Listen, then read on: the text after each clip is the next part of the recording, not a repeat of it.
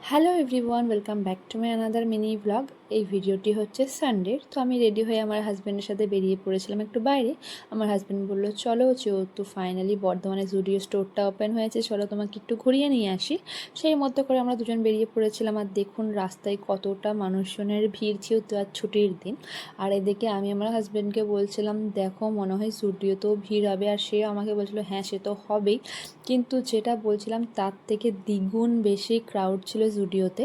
আমি মেনলি জুডিওতে যাচ্ছিলাম Zudio makeup product and ওই জুয়েলারিগুলো দেখার জন্য, যেহেতু অনেক ইউনিক ইউনিক কালেকশন থাকে। আমি আদার জায়গার জুডিওতে দেখেছি, কিন্তু সময়ের অভাবে সেরকম কেনাকাটা করিনি, অল্প করেছি। কিন্তু আমি ভাবতাম যে আমাদের এখানেও হলে তখন মন খুলে কেনাকাটা করতে পারবো।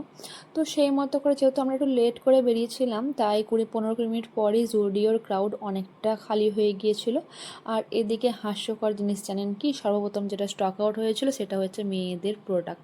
তো আমি মন খারাপ করছিলাম, কিন্তু আমার হাজব্যান্ড বললো আবার তো রিস্টক হবে, চাপ নেই, বাড়ি চলে এখন।